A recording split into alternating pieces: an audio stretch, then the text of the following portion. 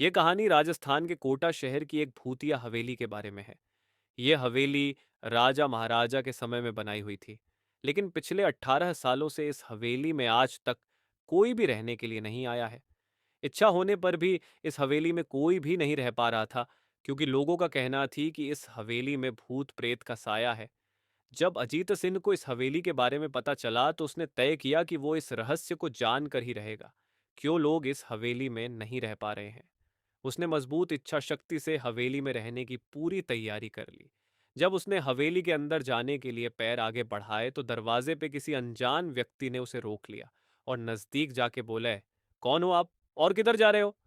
अजित सिंह ने जवाब देने के बजाय उसने सामने सवाल किया, जी आप कौन? मेरा नाम अर्जुन सिंह है और मैं यही पास में ही रहता हूँ। अजित सिंह ने कहा, ओह अच्छा, मैंने सुना है कि यह एक भूतिया हवेली है और यहाँ कोई नहीं आ पाता है, इसलिए मैं इस हवेली में एक दिन रुकने का फैसला किया है। अर्जुन सिंह ने कहा, जी हाँ, आपने सही सुना है और आप भी अंदर मत जाइए। मेरी माँ ने तो आप भी वापस लौट जाइए, यहाँ बहुत खतरा है। ये सुनकर अजीत सिंह खुश हो गया, जैसे उन्हें कोई लॉटरी लग गई हो। अर्जुन ने उसकी खुशी को देखकर बोला, आप क्यों खुश हो रहे हो?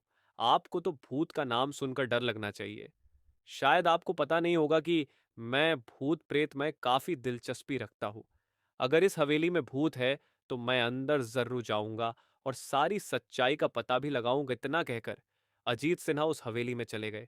अंदर जाके अजित ने अपनी बैग को साइड में रखा और हवेली के चारों ओर देखने लगा। सारे रूम भी चेक कर ली। बाद में ड्राइंग रूम में आके सोफे पर बैठ गया। उसने वहां बैठकर दारू के दो चार पैग भी पिए। वहीं अचानक उस रूम में लाइट का एक बल्ब चालू बंद होने लगी, लेकिन अजीत ने उस पर ध्यान नहीं दिया।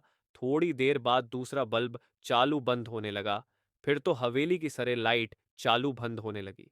ये सब देखकर अजीत अपनी जगह पे खड़ा हो गया और संपूर्ण सावचेत हो गया। अचानक उसके सामने एक छोटा टेबल हवा में उड़ने लगा। करीबन 6 फुट हवा में ऊपर जाके गोल गोल घूमने लगा और बाद में अजीत की ओर तेजी से आने लगा। अजित ने तुरंत ही अपने जगह बदल दी और दूसरी ओर चला गया और वो टेबल वहीं जाके गिरा जहां अजित खड़ा था। अजीत कुछ समझ पाता उतने में सोफे की शीट उसकी ओर आने लगी।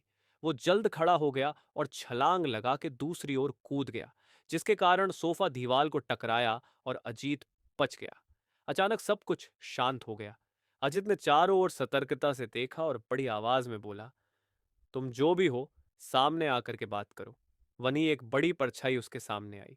अजित ने उस परछाई को देखकर बोला, कौन हो तुम और क्यों मुझे मारना चाहते हो? परछाई, तुम्हारी भूल के कारण अजित। मेरी भूल? मैंने कौन सी भूल की?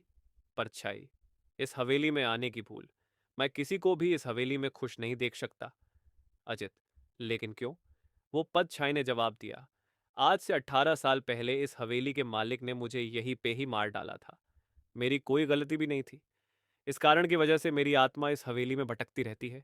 मैं किसी को भी इस हवेली में नहीं रहने दूंगा, क्योंकि इस हवेली में मेरा खून हुआ था। इस हवेली में जो भी रहने के लिए आएगा उसकी मौत होगी।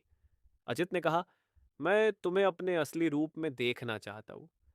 तुम्हें मारने से पहले मैं तेरी यह इच्छा अवश्य पूरी करूंगा। और उस परछाई ने एक भयानक दरमियाना रूप ले लिया।